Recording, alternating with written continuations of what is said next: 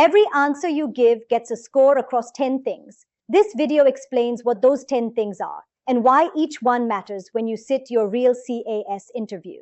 Your real interview isn't testing memorization. It's testing if you are a real student. These checks measure that. So when you improve them here, you're improving what actually decides your interview. Let's go through them, not as technical scores, as what they really mean. First, eye contact. When you look at the camera instead of down or away, you look honest and prepared. In a real interview, a student who keeps looking away can seem unsure or like they're reading an answer. Looking up shows confidence.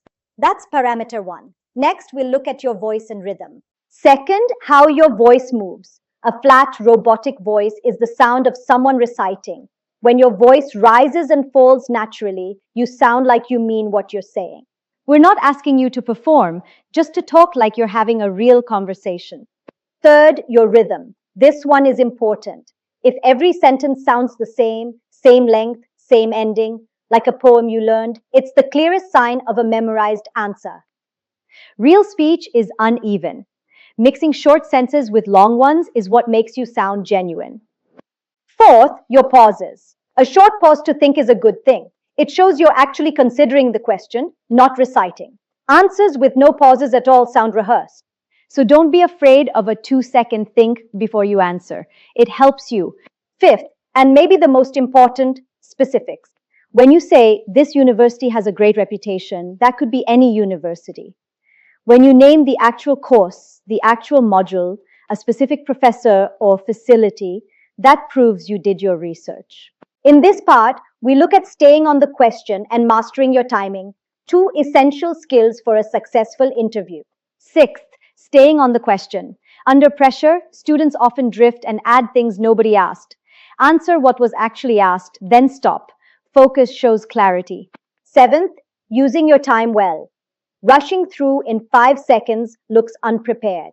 Rambling until you're cut off looks like you can't organize your thoughts. Using most of your time, but finishing cleanly, is the sweet spot. In this part, we cover self-correction, confidence, and your practice environment. Eighth, how you handle a slip.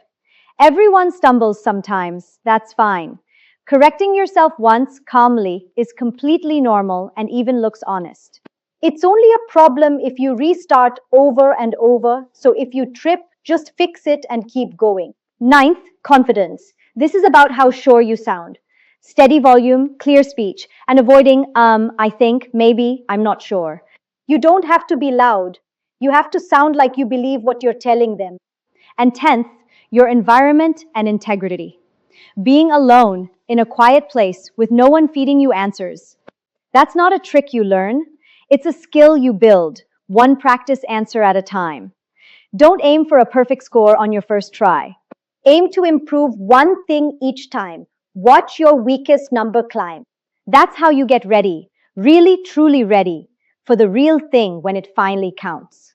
Practicing this way builds safe habits. See you in the finale.